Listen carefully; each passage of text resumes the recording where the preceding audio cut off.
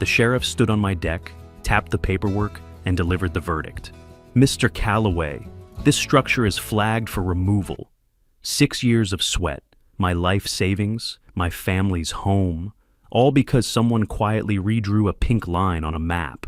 They called it an administrative update. I knew it for what it really was, a declaration of war. But that was the end of the story. To understand why I stood my ground, you have to go back to the beginning. People like to pretend dreams arrive fully formed. They don't. Mine showed up early, rough around the edges, and usually with a hammer in my hand. When I was a kid, I used to climb trees with a tool belt cinched too tight around my waist. I'd wedge scrap boards between branches and pretend I was building something permanent, something that would outlast me. Most of it came crashing down within minutes, but I never took that as failure. I took it as instruction.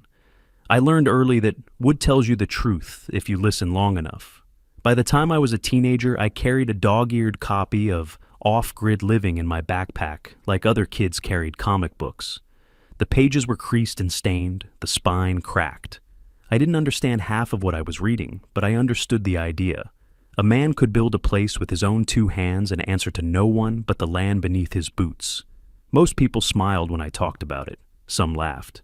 You'll grow out of it, they said. Life gets complicated. Real responsibilities show up.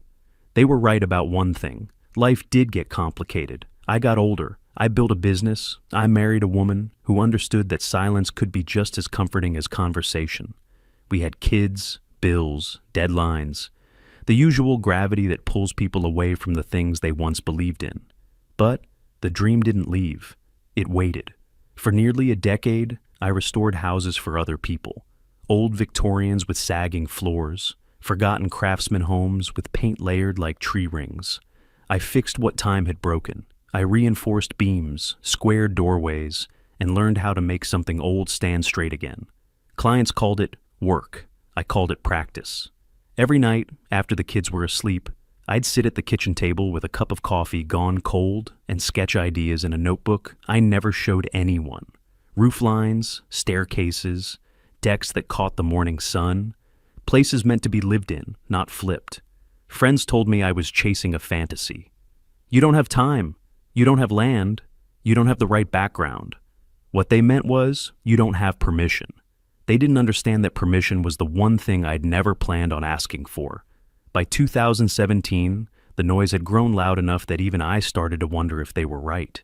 The kids were getting older. The business was steady, safe, comfortable.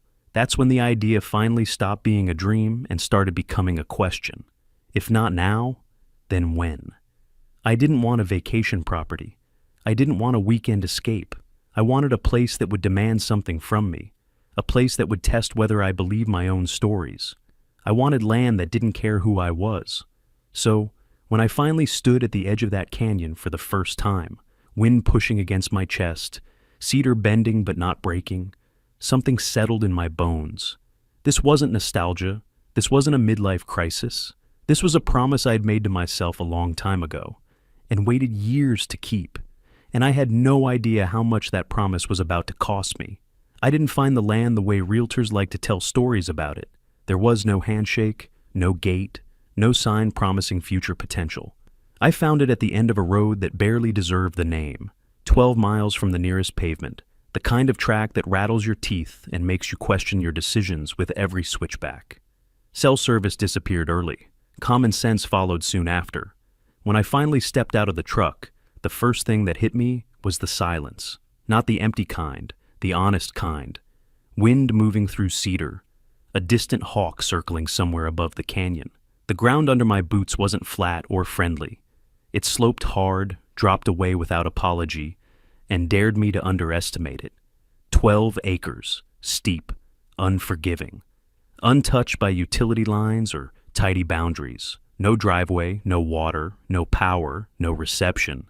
And most importantly, no HOA. I didn't trust the view alone. I trusted the ground. I walked the property line alone that first day. I scraped away dirt and pine needles until I found them. Iron pins driven deep into the bedrock by a surveyor 40 years ago. They weren't guesses. They weren't suggestions. They were final. I checked each one against the deed I carried folded in my pocket, north to south, east to west. They matched to the inch. I stood at the bluff's edge afterward and looked out over the canyon as the light shifted, shadows crawling slowly across the rock walls like they'd been doing long before anyone thought to sell this land. This place didn't care who I was. It didn't care what I planned to build. It didn't care if I failed. That's why I wanted it. The price wasn't cheap, not in money, and definitely not in effort. Friends asked why I didn't buy something closer to town. Easier access, utilities already run, permits already mapped. What they were really asking was why I didn't buy convenience. Because convenience comes with strings. This land came with none. I didn't buy it because it was easy. I bought it because it was honest. Title clean, deed recorded, taxes filed, no covenants hiding in fine print. No community bylaws telling me how tall my grass could grow or what color my roof had to be. Just dirt, sky, and responsibility. The day the paperwork cleared, I stood there again. Same bluff, same wind, and tried to imagine what could exist here someday. Not a mansion, not a showpiece, a home that belonged to the mountain as much as it belonged to us. Something built slow, built right, built to last. There were doubts, of course. I had a business to run, kids to raise, zero experience with heavy machinery. People reminded me of that often. They told me it would take too long, cost too much, break my body before it ever broke ground. They weren't wrong, but none of that felt like a reason to stop. It felt like a reason to start. I didn't hire contractors, didn't call in favors. I didn't want shortcuts. I wanted the work to mean something. If this place was going to stand, it was going to stand on effort I understood. The first night we camped there, the kids huddled close to the fire while the dark pressed in from all sides. Coyotes called out from somewhere beyond the tree line, close enough to remind us we weren't in charge. My wife looked at me, half smiling, half questioning. "You sure about this?" she asked. I looked up at the stars, sharp, endless, untouched by anything man-made. "I've never been more sure," I said. I didn't know how long it would take. I didn't know what it would demand. But standing there, with iron pins sunk into stone beneath my boots, I knew one thing with absolute certainty. I hadn't bought land. I had bought the right to build a life without asking permission. And that was something I wasn't willing to give back quietly. Nothing about the first year was heroic. There were no dramatic breakthroughs, no sweeping victories, just small, grinding progress measured in blisters, sore backs, and nights where sleep came faster than hope. I started with brush, cedar thickets so dense sunlight barely touched the ground. Every cut released a sharp, clean smell that stuck to my clothes and my hands. I cleared just enough space to work, just enough to imagine where a foundation might one day sit.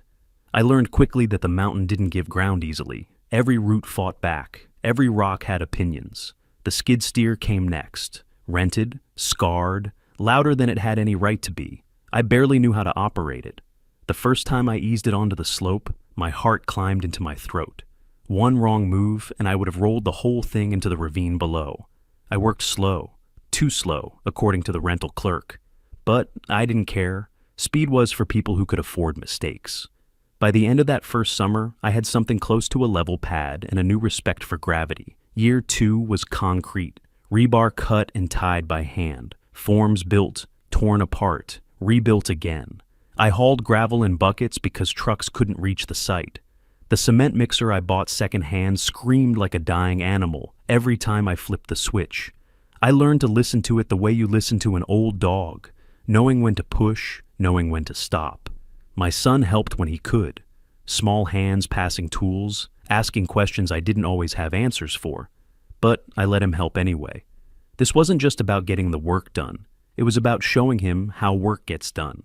We slept in a tent that year, all 4 of us. The ground was never quite flat.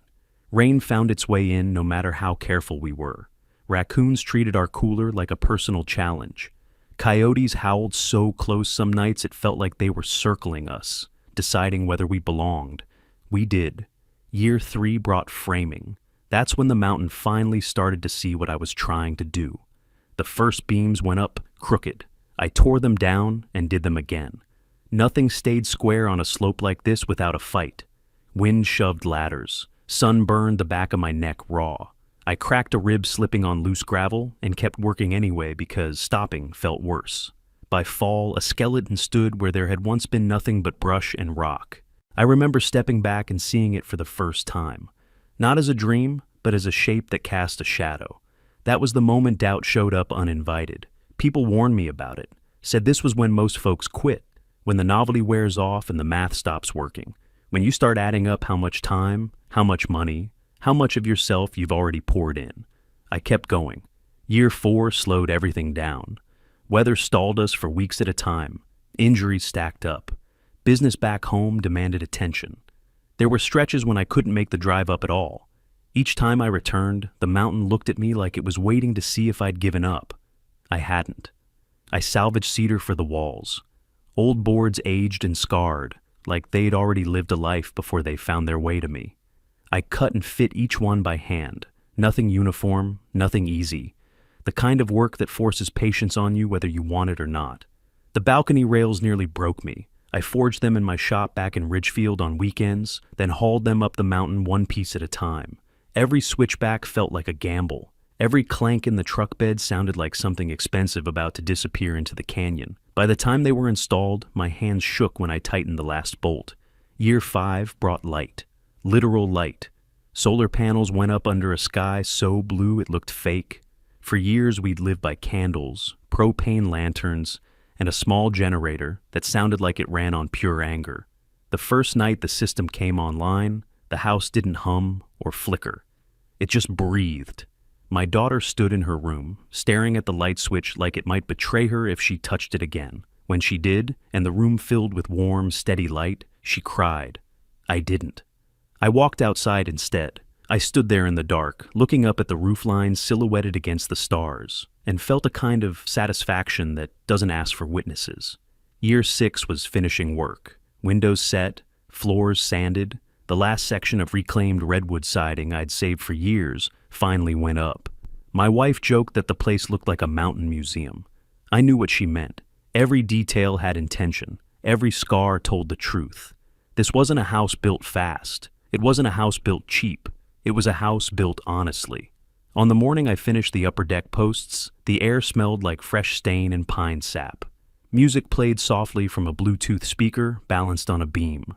For the first time in years, it felt like we were catching up to the dream instead of chasing it. I believe the hardest part was behind us. That's the thing about work like this. It gives you confidence. It teaches you that effort solves problems, that patience beats force, that if you keep showing up, things eventually come together. What it doesn't teach you is how to defend something you've built when the threat doesn't come from weather, gravity, or your own mistakes. It doesn't prepare you for clipboards, or pink lines, or people who see 6 years of blood and sweat and decide it would look better as a view from their clubhouse balcony. Standing there that morning, stain drying under the sun, I had no idea that the mountain wasn't done testing me yet. I thought I was building a home. I didn't know I was building a line someone else would try to cross. The first sign something was wrong wasn't a letter. It wasn't a phone call. It wasn't even a knock. It was the sound of tires where tires had no business being. I was up on the upper deck that morning, brushing the final coat of stain onto the posts. The air smelled like cedar and solvent. A Bluetooth speaker played low, something old and familiar. The house felt finished in a way I hadn't let myself believe until that moment. Then I heard gravel crunching below. I frowned. There was only one way up here, a narrow fire road I'd chained off myself. I hadn't heard the chain rattle. I hadn't heard anything except engines easing forward like they belonged. 4 vehicles crept into view. Late model SUVs, spotless. The kind of clean you only see on cars that never leave pavement. They parked nose to nose with my stacked stone, aligned neatly like someone had practiced the move before. 4 people stepped out, 3 men and 1 woman, all wearing bright orange reflective vests. Navy lettering stitched across the chest read, Highland Peaks, HOA. The woman took the lead. Short blonde hair, sharp sunglasses, a clipboard thick enough to stop a small animal if you dropped it from height. She walked up my drive like she'd memorized every step. You must be Mr. Calloway, she said, already flipping pages. Karen Larson, Community Director, Highland Peaks. I didn't offer my hand. You're about 6 years late to welcome me to the neighborhood. She smiled, tight and practiced. the kind of smile meant to diffuse resistance by pretending it doesn't exist. "Actually," she said, tapping the clipboard, "this parcel is no longer considered unincorporated land." I climbed down from the ladder slowly, hands still stained dark from the brush. "What are you talking about?" She turned the clipboard toward me. A glossy digital map stared back. Pastel zoning blocks, clean lines. My property outlined in thin black ink. A section of it, just enough to matter, was shaded pink. "As of August of last year," she said, "your western boundary falls within the expanded fire protection buffer zone of Highland Peaks." I stared at the map. The edge of my roof barely crossed into the pink. It looked surgical, intentional. "You're not listed as a registered member," she continued, flipping pages. "Your architectural plans were never submitted to the Community Design Committee, and since no compliance exemption was filed prior to active construction, this dwelling is considered an unapproved structure within HOA jurisdiction." I laughed, not because it was funny, but because it was absurd. "I'm not in your HOA," I said. "I bought this land outright. Title, deed, taxes, all filed years ago." Karen nodded slowly, like she was listening to a child explain something she'd already decided to ignore. "I understand the confusion," she said, "but developments expand, jurisdictions change. It's the property owner's responsibility to stay informed." She handed me an envelope. Inside was a notice of non-compliance.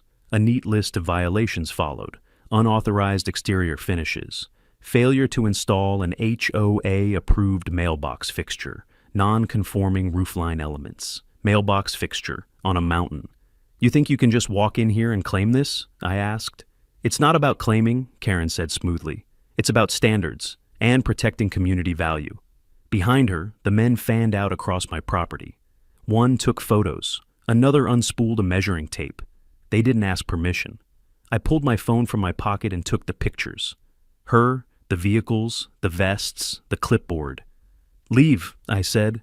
Karen tilted her head. "You should consider cooperating. There's a process. We can work with you." I smiled without warmth. "That sounds like extortion with extra paperwork." She shrugged. "We'll be in touch." They left as calmly as they arrived, tires rolling down the slope like they had already claimed the road. I stood there on my own land, envelope heavy in my hand, staring at the house that had taken 6 years of my life to build.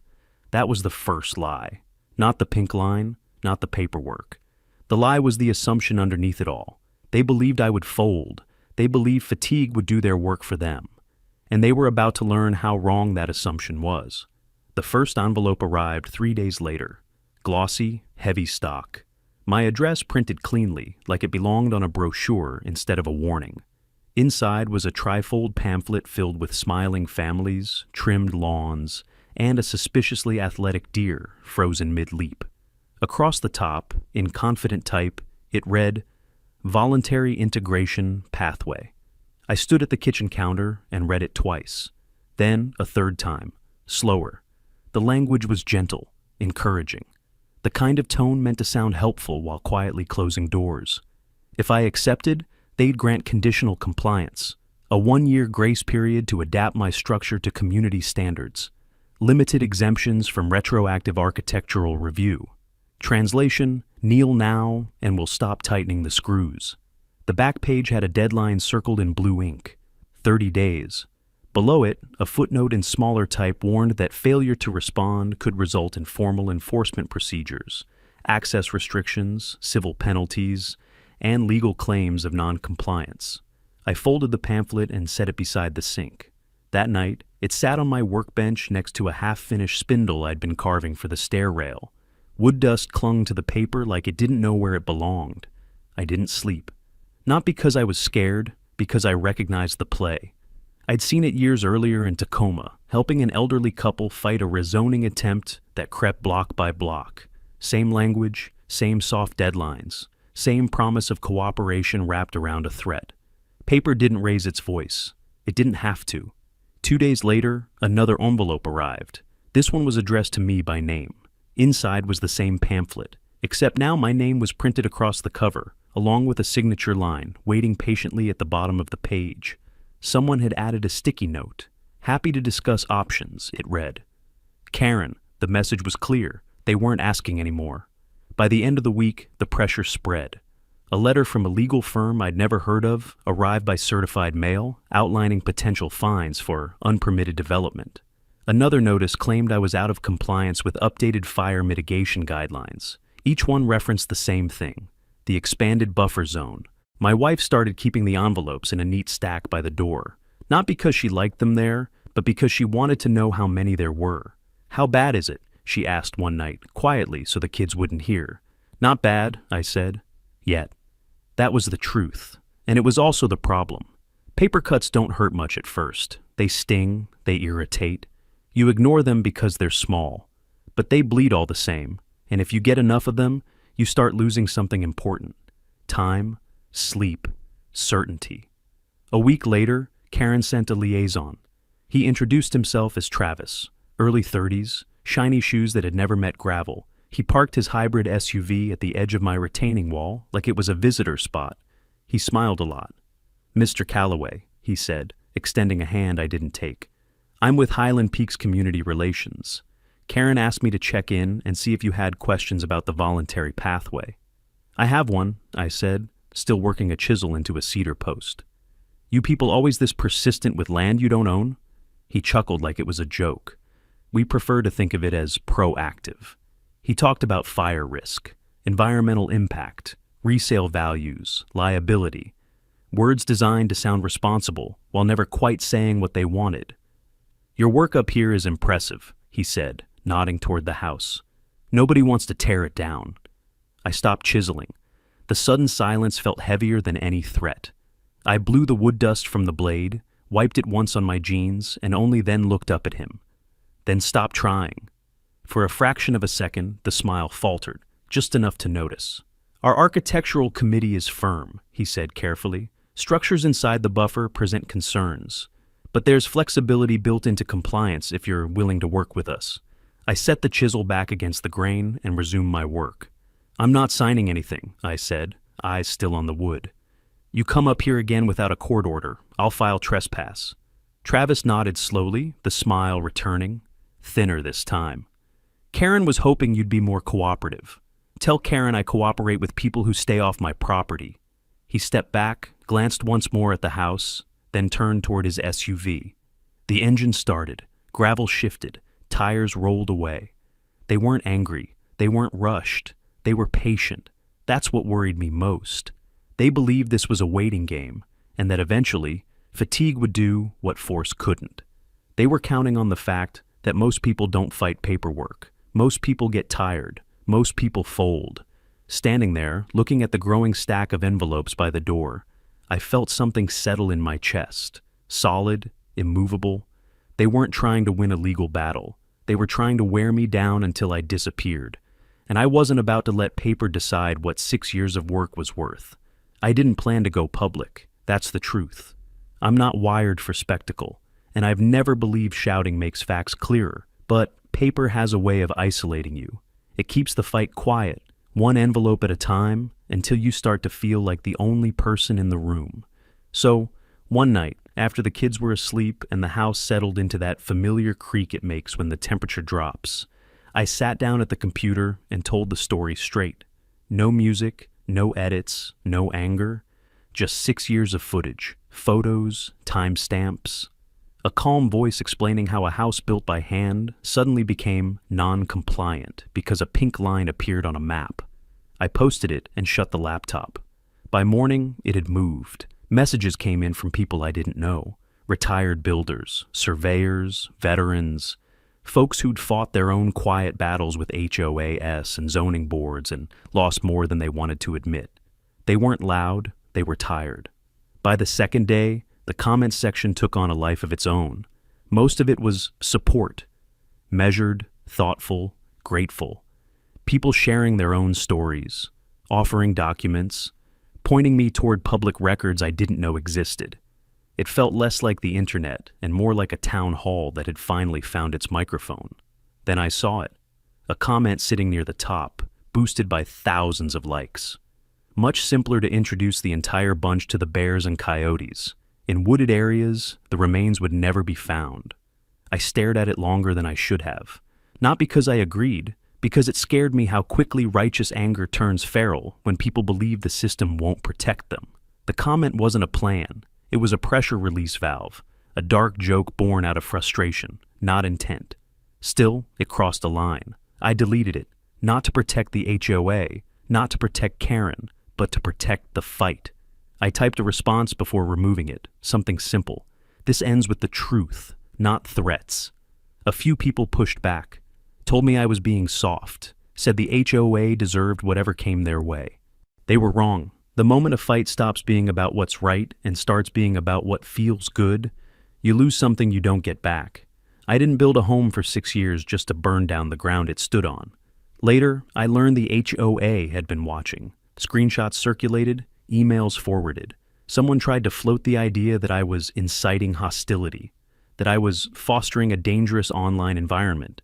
It was a neat trick, using someone else's anger to stain my motives. But it didn't stick, because the record showed something else. I hadn't threatened anyone. I hadn't encouraged anything. I had shut it down. And that mattered. The attention kept growing. A local freelancer reached out, asking if he could hike up and see the place. I said yes, on one condition, no dramatics. Just the facts, the documents, the house as it stood. What surprised me most wasn't the volume of support. It was the quality. People didn't want blood. They wanted daylight. They wanted to know how lines could move quietly, how rules could expand without a vote, how a home could be reclassified without the owner ever being asked. They wanted to know where the system broke. And reading those questions, scrolling past the noise, I felt the shift. This wasn't just my problem anymore. It was a pattern, the kind that survives because it stays quiet. And I realized something important, something that would shape every decision I made next. If I was going to fight this, I couldn't let it turn ugly. I couldn't let it turn loud. I had to keep it precise. Because precision is what scares people who rely on pressure. And somewhere behind those comments, buried under the noise, the truth was waiting, patient, exact, and ready to be used. I didn't start with lawyers. I started with the map. The version Karen had shown me was clean, too clean. Pastel colors, smooth lines, everything presented like a finished answer instead of a question. It bothered me more the longer I thought about it. Real land doesn't behave that neatly. Neither do honest boundaries. So I went back to the basics. I pulled my original survey from 2017, the one I'd checked myself, iron pins and all. I spread it out on the kitchen table and compared it to the HOA overlay on my screen. At first glance, the shapes looked similar enough to pass. That was the trick. The lie lived in the margins. I printed the GIS layers separately and laid them side by side. Parcel layer, overlay layer, tax assessor layer. That's when it clicked. The overlay existed. The parcel boundaries still listed me as the owner. But the tax layer didn't change. No new district code, no adjusted assessment footprint, no effective date that matched the expansion Karen claimed had happened administratively. You don't get jurisdiction without revenue. You don't get authority without accountability. Someone had drawn a line that wasn't meant to be taxed. I dug deeper into the metadata, edit history, timestamps, user notes that most people never read because they assume the map tells the truth by default. The overlay had been added in a single update window, no public hearing reference, no assessor sign-off, no cross-check with the county's revenue system. It wasn't sloppy, it was surgical. I drove back up the mountain that afternoon and walked the property again, slower this time. I scraped away dirt and pine needles where I knew they'd be, and there they were. The iron pins still sunk deep into bedrock, exactly where a surveyor had set them decades earlier. I checked them against the deed. They matched, to the inch. I stood at the bluff and zoomed out, not on the map, but in my head. I traced the ridgeline west, followed the curve of the canyon, noticed how the elevation peaked right where my house sat, then fell away in a clean, uninterrupted sweep. That's when I saw what the overlay was really doing. It wasn't protecting a buffer. It was clearing a sightline. I searched the county's planning portal and found it, a proposed development packet filed under a name I didn't recognize at first, Creekside View. The documents were glossy, optimistic, and filled with phrases like elevated living and panoramic canyon experience. One rendering stopped me cold. A clubhouse perched on a ridge, glass railing, infinity edge deck, morning light spilling across the canyon like it had been staged for a brochure. The vantage point was unmistakable. My ridge. My house wasn't shown. It had been airbrushed out, replaced with empty space and promise. A caption beneath the image read, "Unobstructed western views reserved for premium lots." I sat back and let it settle. They didn't want my house. They wanted what my house was standing on. The pink line wasn't a mistake. It was a wedge, a way to push just far enough to claim control without triggering alarms. If I folded, they'd call it voluntary integration. If I didn't, they'd call it enforcement. Either way, the outcome was the same. Clear the ridge. I printed everything. The original survey, photos of the iron pins, the GIS layers with mismatched tax data, the creekside view renderings with my ridge highlighted in all but name. When I lined it all up on the table, the story told itself. They needed my elevation, they needed my view, and they were willing to redraw reality to get it. That realization changed everything. Up until then, I'd treated this like a dispute, a misunderstanding that could be corrected if the right person looked closely enough. But misunderstandings don't come with glossy brochures and erased houses. This was intent, calculated, quiet, profitable. I thought back to Karen standing on my deck, not bothering to look at the beams I'd cut by hand, to Travis smiling while talking about cooperation, to the way the sheriff had paused when the coordinates didn't add up. They were all pieces of the same machine. And now, I finally understood the blueprint. I packed the documents into a folder, thick enough to bend at the corners, and set it by the door. I didn't feel angry, I felt focused. Because once you see the lie clearly, you stop arguing with it. You start dismantling it. And the first thing that lie couldn't survive was daylight. The pressure didn't ease after I found the lie. It sharpened. Paper stopped being patient and started getting close. Deadlines tightened. The language shifted from may to will, from suggestions to instructions, from letters to visits. The sheriff came back 3 days later. Same truck, same steady posture, different energy. He parked farther up the drive this time, closer than before, like the space itself was under negotiation. Karen arrived right behind him in her SUV, clipboard tucked under her arm, sunglasses already on. I met them at the deck. The sheriff spoke first. "Mr. Calloway, we need to clarify an occupancy issue." Karen stepped in without waiting. "There have been complaints," she said. "Multiple safety concerns, unapproved habitation inside HOA territory." I held up my hand, not to stop her, just to slow the pace. "This house isn't occupied," I said. "It's under construction, and it's not in your HOA." She slid a page forward, already prepared. "According to the updated overlay, that overlay doesn't change tax jurisdiction," I said evenly, "and it doesn't move iron pins." The sheriff glanced down at the map. Then he did something small but telling.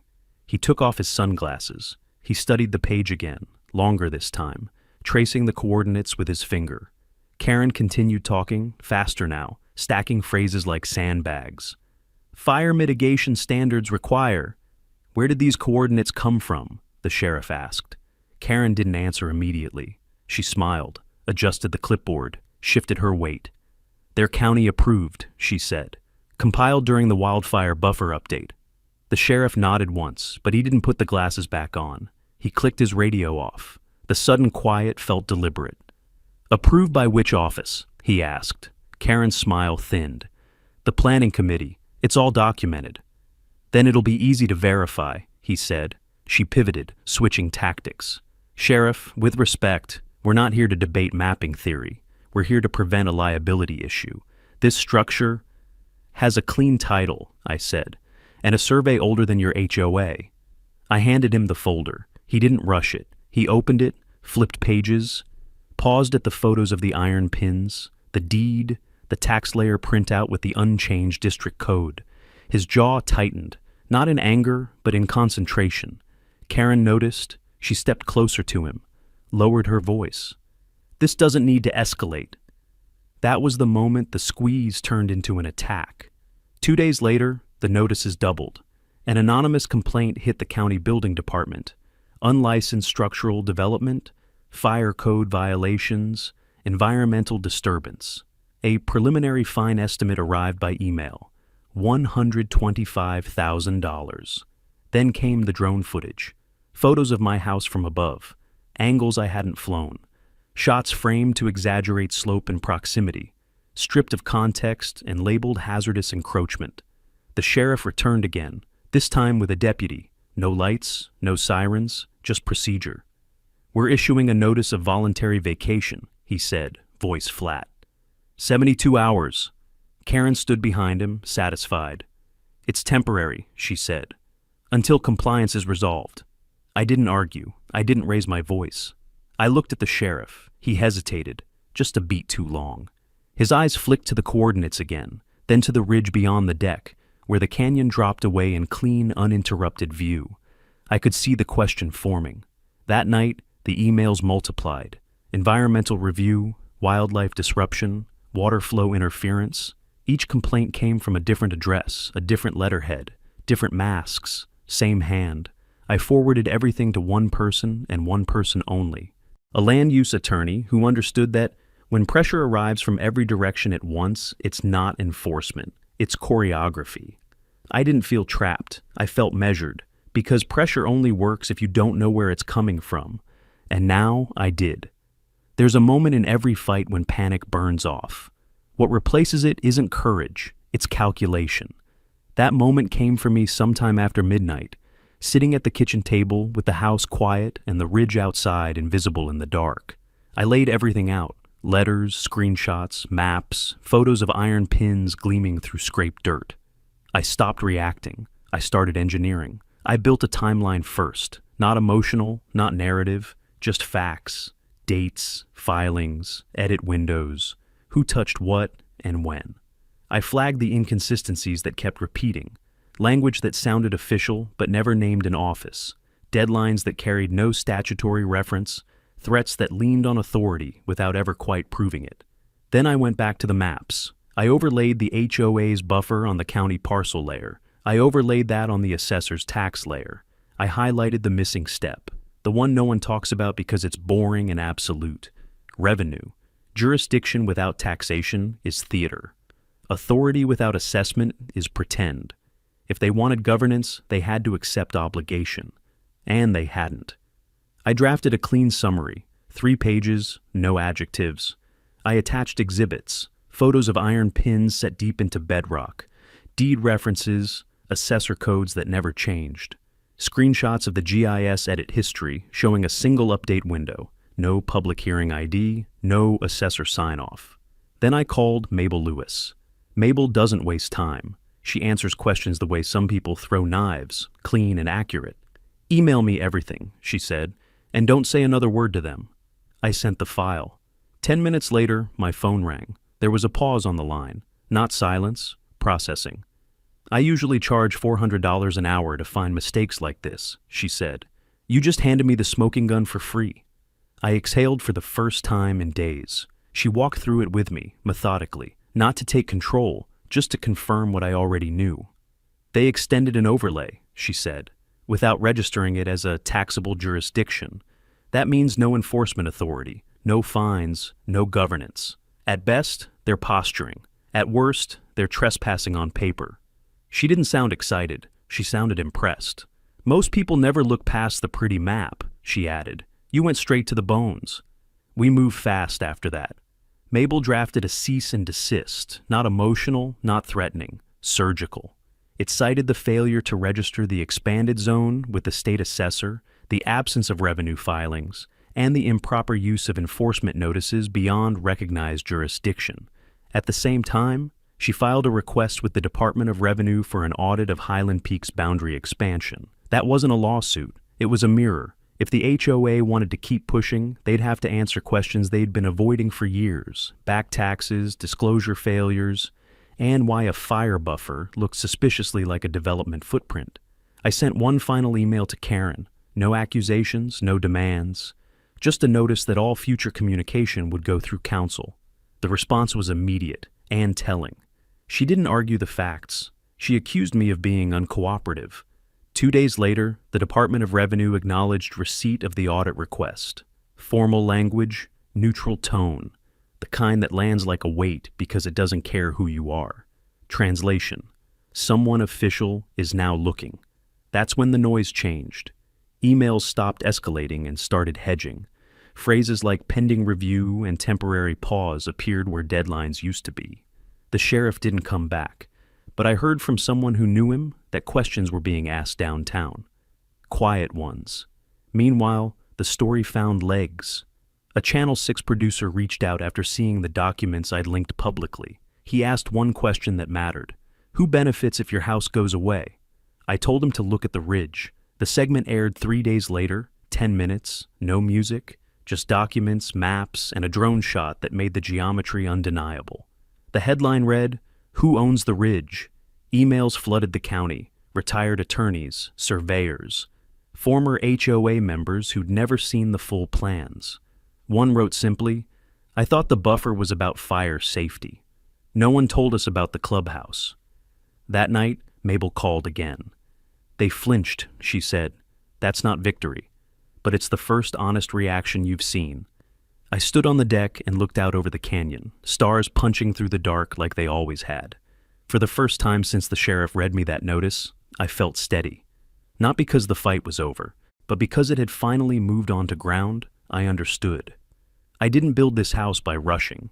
I didn't defend it by shouting. I engineered the truth until it couldn't be ignored.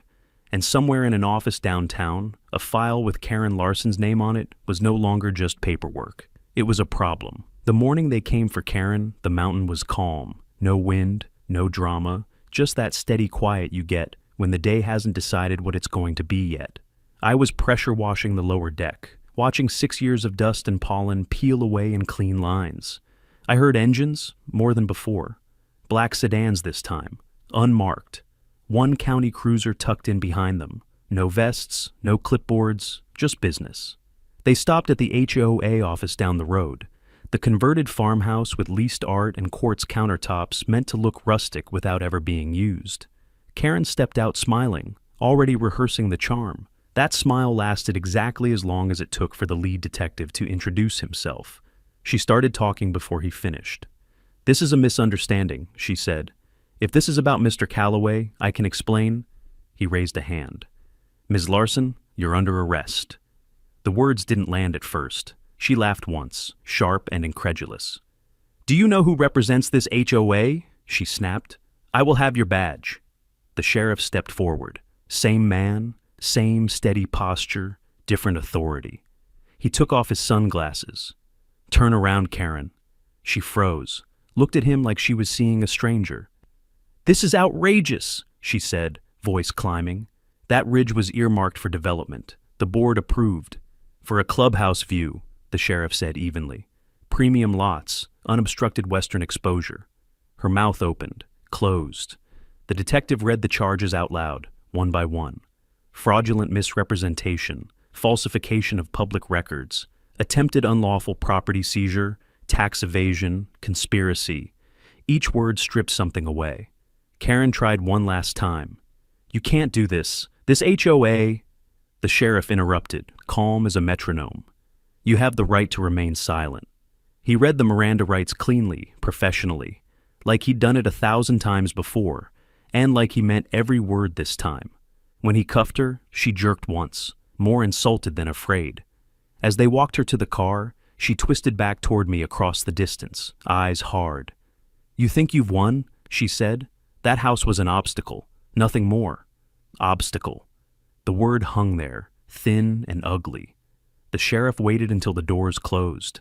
Then he walked over to where I stood, water still dripping from the deck boards. "I owe you an apology," he said. I didn't rush to answer. "I should have pressed harder the first time," he went on. "The coordinates didn't sit right. The tax layer didn't match. I let procedure slow me down." He looked past me, out toward the ridge, toward the view that had started all of this. "They needed that sightline," he said, "and they thought paper would move stone." I nodded. "Paper only works when no one checks the pins." A corner of his mouth lifted, not a smile, recognition. "Your title stands," he said, "clean, unbroken. All enforcement tied to that overlay is frozen." Later that afternoon, the news broke it wide open. Board members resigned. One admitted they'd never seen the Creekside view renderings. Another said she thought the buffer was about fire mitigation. Doug Penner, the GIS consultant, turned state's witness within 48 hours. He handed over emails, draft maps, and a voice memo where Karen described my house as temporary interference in the development timeline. The court moved faster than anyone expected. An injunction dissolved the HOA outright. All actions tied to the expansion overlay were voided. The judge didn't raise his voice when he spoke. He didn't need to. This case demonstrates an egregious abuse of private governance structures, he said. The defendant sought to appropriate value through deception. Compensation followed, not symbolic, substantial. Enough to cover delays, legal costs, and the damage you can't itemize on a receipt. I didn't celebrate. I went back to the ridge. The house stood the same way it always had, scarred, solid, and honest. I walked through each room slowly, touching the rail we forged by hand, the beam we reset 3 times to get right. Outside, the canyon caught the last light of day. For the first time in months, the quiet felt earned again. The house is quiet now. Not the uneasy quiet that follows a fight, but the settled kind. The kind that comes when something has finally found its place and decided to stay. I finished the last details slowly. No rush, no deadlines breathing down my neck. I installed the final fixtures, added a second solar array, and set up a small weather station on the roofline. The mountain doesn't care about numbers, but I do. I like knowing what it's doing when I'm not looking. Above the bluff, I built one more thing. Not a statement, not a monument, an observation tower, simple, wood and steel, just high enough to see the canyon open up the way it always had, helping me understand why someone thought it was worth stealing. From up there, the view stretches wide and honest. No glass railings, no infinity edge, just air, distance, and perspective. Irony, done properly, doesn't need an explanation. A few months later, I held a small open house, not a party. More like a reckoning. Friends came, a few reporters, even some former HOA members who looked relieved to finally see the ridge without brochures lying to them. I pinned Karen's old overlay map to a board in the corner and titled it, How to Lose Everything. Beneath it, I mounted my original deed, steel frame, wire mesh, no glass. Paper doesn't need protection when the truth is sturdy. On the gate, I hung a new sign, hand-painted, simple. This is private land. This house was built by hand. Trespassers will be educated. Freedom lives here. People laughed, took pictures. One older man stood there longer than most, then nodded once and said, "This gives me hope." That surprised me more than anything else. I didn't set out to become a symbol. I just refused to disappear quietly. In the months that followed, the calls kept coming. Stories from Washington, Oregon, California. Same tactics, different names, quiet overlays, soft deadlines, pressure dressed up as procedure. So I helped where I could. We started small, forums, Zoom calls, a simple site where people could upload maps and documents. Patterns emerged fast once people knew where to look. I testified later that year in front of the state Senate, not as an activist, just as a homeowner with receipts. One lawmaker quoted a line from my video back to me. "I built a house, not a battlefield." The bill passed by a landslide. Unauthorized HOA boundary expansion became a felony. Full public notice and opt-in signatures became mandatory. Quiet lines on maps lost their power. Back on the ridge, life settled into something like peace. My kids call the house the fortress. My wife still calls it madness made out of wood. But every night when we light the fireplace, I catch her smiling at the beams, at the walls, at the proof that effort matters. Last week I watched the sunrise from the tower with a cup of coffee and no agenda. The canyon looked the same as it did 8 years ago, untouched by glass decks or developer fantasies. The mountain didn't change. The lines didn't move. I didn't just win a legal fight, I kept a promise. And this time, I don't plan on giving up a single inch.